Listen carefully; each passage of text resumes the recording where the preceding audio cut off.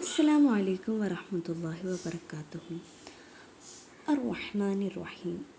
റഹ്മാൻ എന്ന് പറയുമ്പോൾ അള്ളാഹു അതികാരുണ്യവാനാണെന്നാണ്. റഹ്മാൻ എന്ന വാക്ക് ഇപ്പോൾ സംഭവിച്ചുകൊണ്ടിരിക്കുന്ന ഇതാണ്. അതായത് അള്ളാഹു ഇപ്പോൾ വളരെയധികം കാരുണ്യവാനാണ്. ഇപ്പോൾ നടന്നുകൊണ്ടിരിക്കുന്നത് എന്ന് സൂചിപ്പിക്കുമ്പോൾ കുറച്ച് നേരം കഴിഞ്ഞിട്ട് അള്ളാഹു നമ്മളോട് കാരുണ്യം കാണിച്ചു കൊള്ളണം എന്നവിടെയില്ല. നിലവിൽ അള്ളാഹു നമ്മളോട് കാരുണ്യം കാണിക്കുന്നുണ്ടെങ്കിലും കുറച്ച് നേരം കഴിഞ്ഞ് അള്ളാഹു നമ്മളോട് കാരുണ്യം കാണിച്ചു കൊള്ളണമെന്നില്ല. പക്ഷേ റഹീം എന്ന് പറയുമ്പോൾ എപ്പോഴും കാരുണ്യം കാണിക്കുന്നവനാണ്.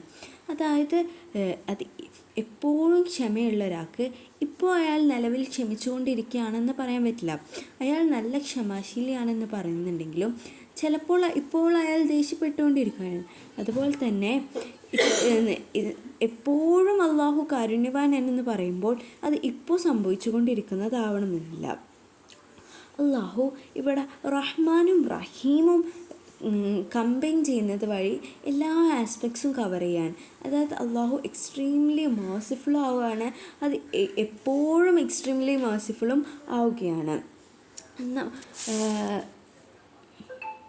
അള്ളാഹുവിൻ്റെ കാരുണ്യം നമ്മുടെ ഇമാജിനേഷനൊക്കെ അപ്പുറത്തേക്കാണ്.